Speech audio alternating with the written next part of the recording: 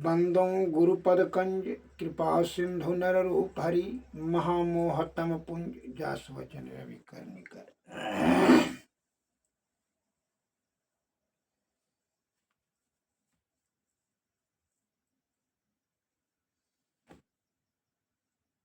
देशवासियों को तथा भक्तगणों को मेरा हार्दिक नमन।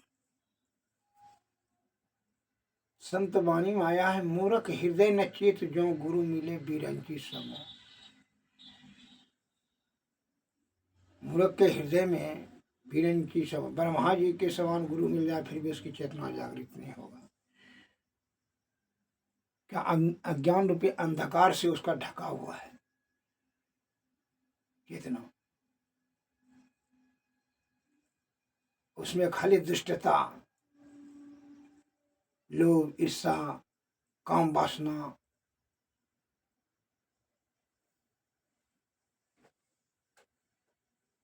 हठ, दूषित प्रवृत्ति, यही सब विचार पापे वाला कार्य उत्पन्न होगा। उस सत्संग का प्रवचन या संत महात्माओं ज्ञानियों ध्यानियों का शब्दों का वो समझ ही नहीं पाता है शब्द को, और यदि कोई समझाने का कोशिश करता है तो उल्टा उसका प्रतिक्रिया होकर करके उसी का उस शत्रु बन बैठता है।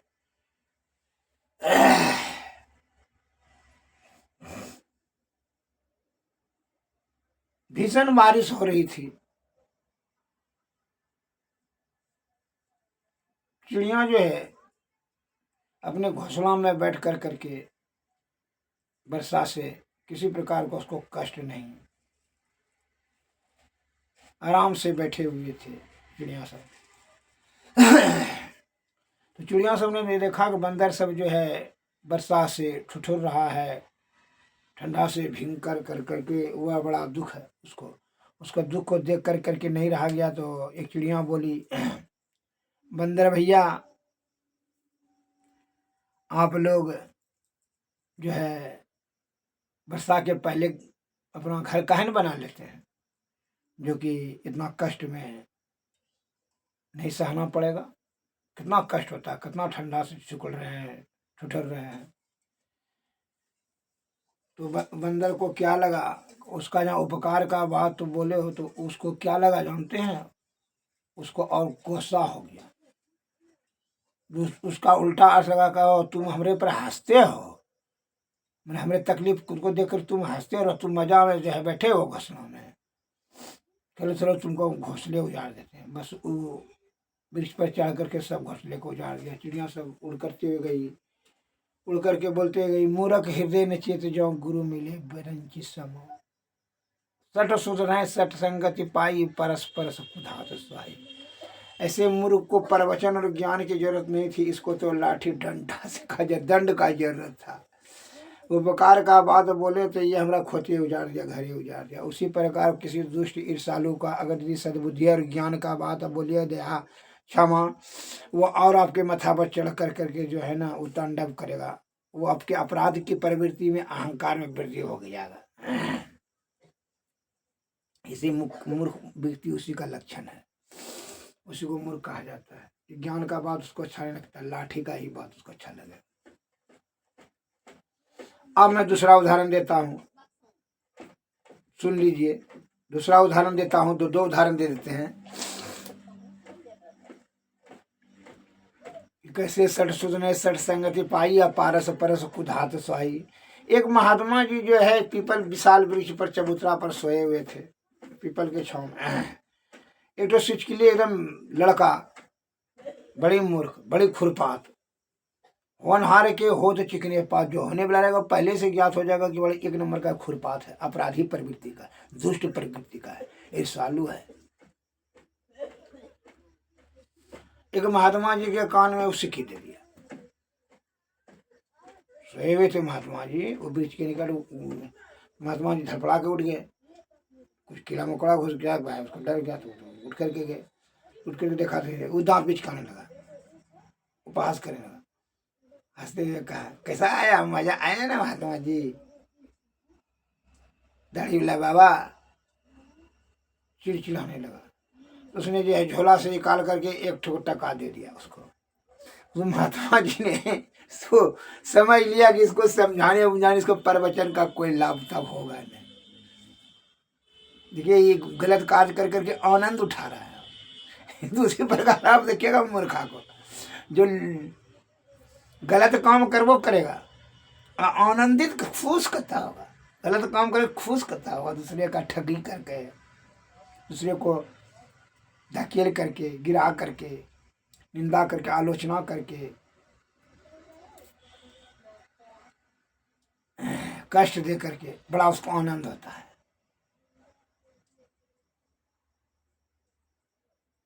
ये मूर्खों का लक्षण है। उसमें निष्ठुरता, कठोरता, दया, धर्म ने कुछ नहीं रहता उसको।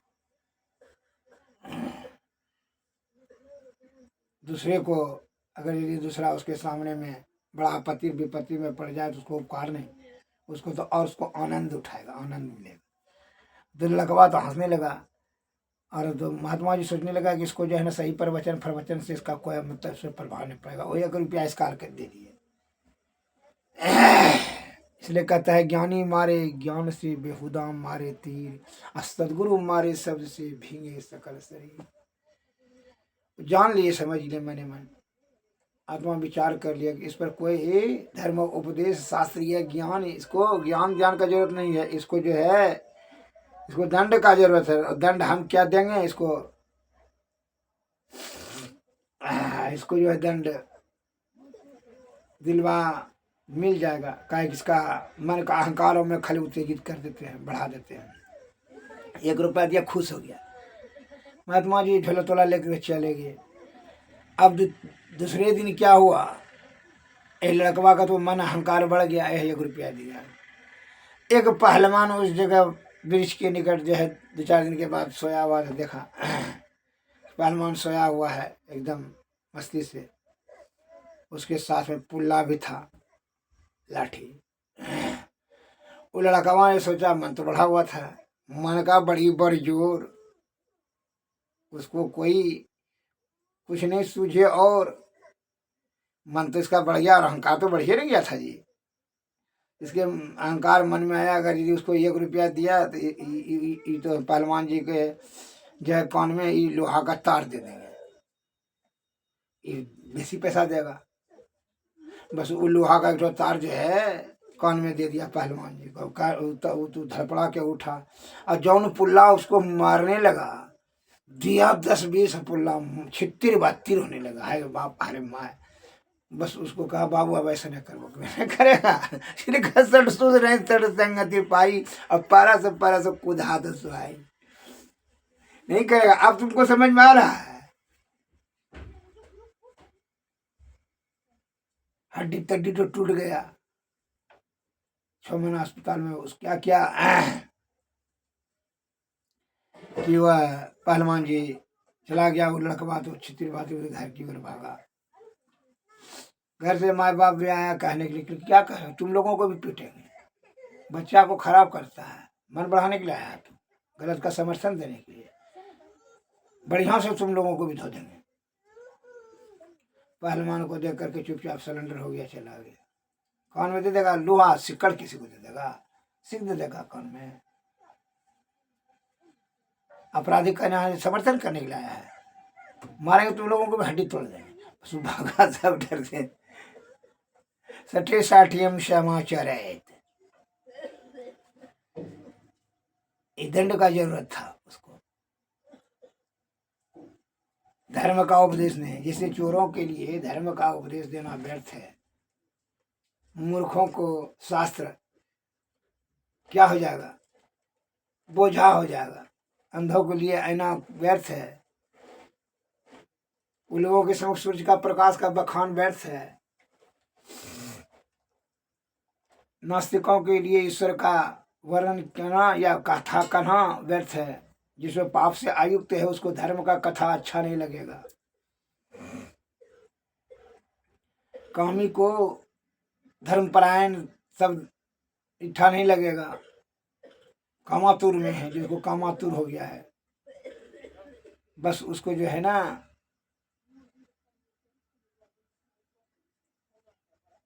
उसका भावना दूषित हो जाती है, बुद्धि में ठहराव नहीं होता है।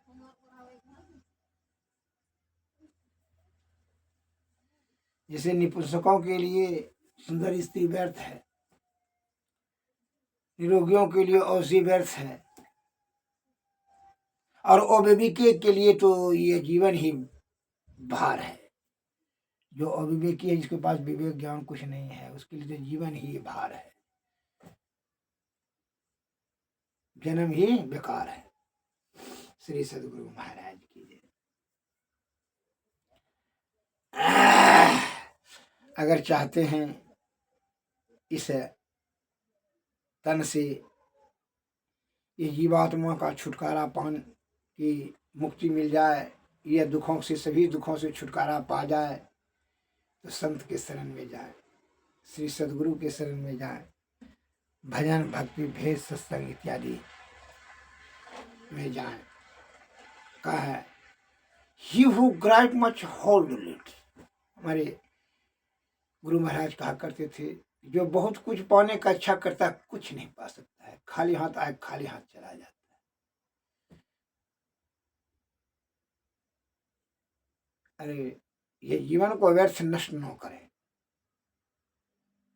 ये जीवन बड़ा अनमोल, प्रकृति ने बड़ी अनुकंपा कर, बड़ी कृपा कर करके इसकी संरचना की है। 9 महीना माँ के मलमूत्र गर्भकुंड में उन्होंने लगातार परिश्रम करके बनाया है, बड़ी कृपा कर करके। इसमें जो है आयु का दिया है कि भाई चलो तुमको एक वक्त दिया जाता है, एक मौका हम देते हैं, शुभ अवसर कि ये जीवात्मा को परम आत्मा में मिला दो। इसलिए कहता, आवत अवसर यति कठिनाई, राम कृपा विनु आई न जाई। ईश्वर की बड़ी कृपा हुई जो ये मानव तन मिला है, इसको सुरक्षित और सुव्यवस्थित और निरोग रखते हुए इसी तन से ईश्वर प्राप्ति कर लें। सदगुरु महाराज से युक्ति जान कर करके कि जीवात्मा को 9 दरवाजा में से किसी दरवाजे भुरकी से नहीं निकलने दिएगा। 10वां दरवाजा से जो है वो ब्रह्म की ओर सुषुम्ना नाड़ी होकर ऊपर और बढ़ाइए,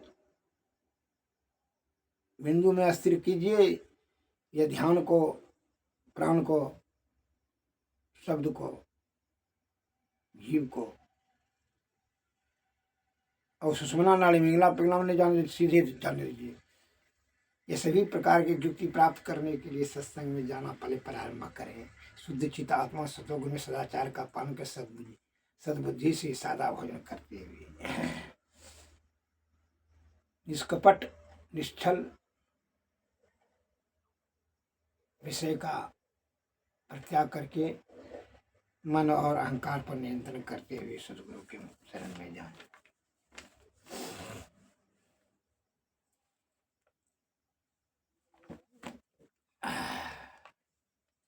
इसके लिए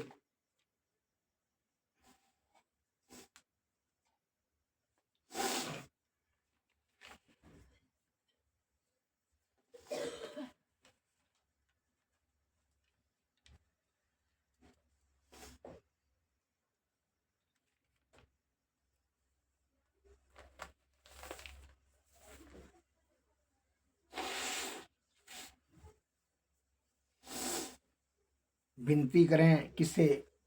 सदगुरु महाराज से, तो उनकी कृपा होगी तब तो युक्ति जानेंगे। प्रेम भक्ति गुरु दीजिए, बिनवहु कर जोड़ी, पल पल छोहन छोड़ी, सुनिए गुरु मोरी। जुग जुगान चाहूँ खानी में, भ्रमे भ्रमे दुख भोरी। पाया हूँ पुनिया जाहूँ नहीं, रहूँ इन्हते दूरी। पल पल मन माया रमई, कबहूँ भी लगन होता। भक्ति भेद विसरा रहे, दुख सही सही रोता। गुरु दयाल दया करी, दिए भेद बताई। महाअभागी जीव की दिए भाग जगाई। पर निज बल कछु नाही, जहीं बनहि कमाई। सो बलत वहीं पाओ गुरु होए सहाय। दृष्टि टिके श्रुति धुन रमय आस करु गुरुदाया। भजन में मन सुर में यस में सुमाया। ज्योत जगे धुनि पुनि पड़े श्रुति बढ़े आकाश। सार धुन में लीन होय लह निज घर वास। निज पन की जत कल्पना सब जाय मिटाई। मनसा वाचा कर्मणा रहे तुम में समाई। आस त्रास जग की सब वैर न नेहु। सकल भूले की रहे गुरु तुम पद स्नेहु। काम क्रोध मद लोभ की नहीं वेग सतावै। सब प्यारा परिवार यरु संपत्ति नहीं भावै। गुरु ऐसी करिए दया अति होय सहाय। चरण शरण होइए कहत हो लीजिए अपनाई। तुम्हारे ज्योत स्वरूप यरु तुम्हारे धुन रूपा। प्रकट रहो निस दिन गुरु करु दया अनुपा। श्री सद्गुरु महाराज की जय। श्री सद्गुरु महाराज। सतपुरुष की आरती कीजिए हृदय धर को थाल सजीजिए। दामनी ज्योति झकाझक जामे तारे चंदय लौकिकतामय। आरती करत होत यति उज्ज्वल ब्रह्म की ज्योति अलौकिक उज्ज्वल। सन्मुख बिंदु में दृष्टि समावे अचरज आरती देखवन पावे। दिव्य चक्षु सो अचरज पेखे या जग सुख तुक्ष कर लेखे। होत महादुनयन हद केरा सुनत सूरत सुख लहत घनेरा। सूरत सार सबद में लागी पिंड ब्रह्मांड देह सब त्यागी। आत्मयर्पि के भोग लगावे सेवक से विभाव छुटी जावे। हम प्रभु प्रभु हम एक ही होई। द्वैन दरु द्वैत रहे नहीं कोई। मही ऐसी आरती कीजिए भव मह जन्म बहुरी नहीं लीजिए। आरती तन मंदिर में कीजिए। दृष्टि जुगल कर सर मुख दीजिए। चमक बिंदु सूक्ष्मयति उज्ज्वल ब्रह्म ज्योति अनुपम लख दीजिए। जगमग जगमग रूप बरमंड निरखी निरखी ज्योति तज दीजिए। शब्द सूरतया व्यास सरल तर करी करी सा शब्द गही लीजिए। ऐसी जुगति कया गढ़ त्यागी भव भ्रम भेद सकल मल छीजी। भवखंडन यारती यह निर्मल करी में अमृत रस पीजी। आरती तन मंदिर में कीजिए। दृष्टि जुगल कर सन्मुख दीजिए। श्री सद्गुरु महाराज की जय। श्री सद्गुरु महाराज की जय। नमस्कार।